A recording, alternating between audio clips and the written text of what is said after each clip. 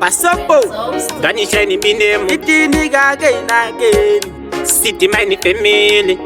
Pauno pura varume vanocheuka raini rese vanova kutokusesa nezuro waive na java nhasi una mutarisi iwe hanzvadzi yangu mwana wamai vangu zvokoramba uchipisa uchingopisa barira kupera iwe hanzvadzi yangu mwana wamai vangu zvokoramba uchipisa uchingopisa barira kutsima iwe unanana achingoteerera mashoko wangu achinzwa here mwana wamai vangu ari kutobva pasi pemwoyo wangu ngoma inorira ichiti kwangu nhambetambe inorekwa ichanaka kwete kuzoyoka bako kwanaya ipapo nengopiwa kamwana ndiani achazokuda vemvana yangu mwana wamai vangu zvokoramba uchipisa uchingopisa barira kupera iwe hanzvadzi yangu mwana wamai vangu zvokoramba uchipisa uchingopisa barira kutsima iwe koda here mama vapende bipi hanzvadzi dzako tonyarira kupi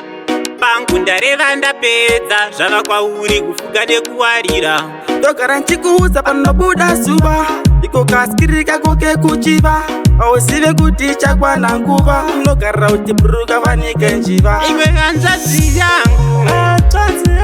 mwana wamai vangu zvokoramba uchipisa uchingopisa barira kupera iwe hanzvadzi yangu mwana wamai vangu zvokoramba uchipisa uchingopisa barira kutsima iwe unanana achingoteerera mashoko wangu achinzwa here mwana wamai vangu ari kutobva pasi pemwoyo wangu ngoma inorira ichiti kwangu nhambetambe inorekwa ichanaka kwete kuzoyoka bako kwanaya ipapo nengopiwa kamwana ndiani achazokuda vemvana yangu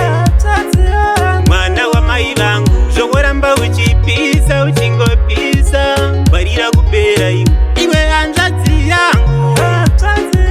mwana wamai vangu zvokoramba uchipisa uchingopisa barira kutsima iwe hanzvadzi yangu mwana wamai vangu zvokoramba uchipisa uchingopisa barira kupera iwe hanzvadzi yangu mwana wamai vangu zvokoramba uchipisa uchingopisa barira kudzima iwe.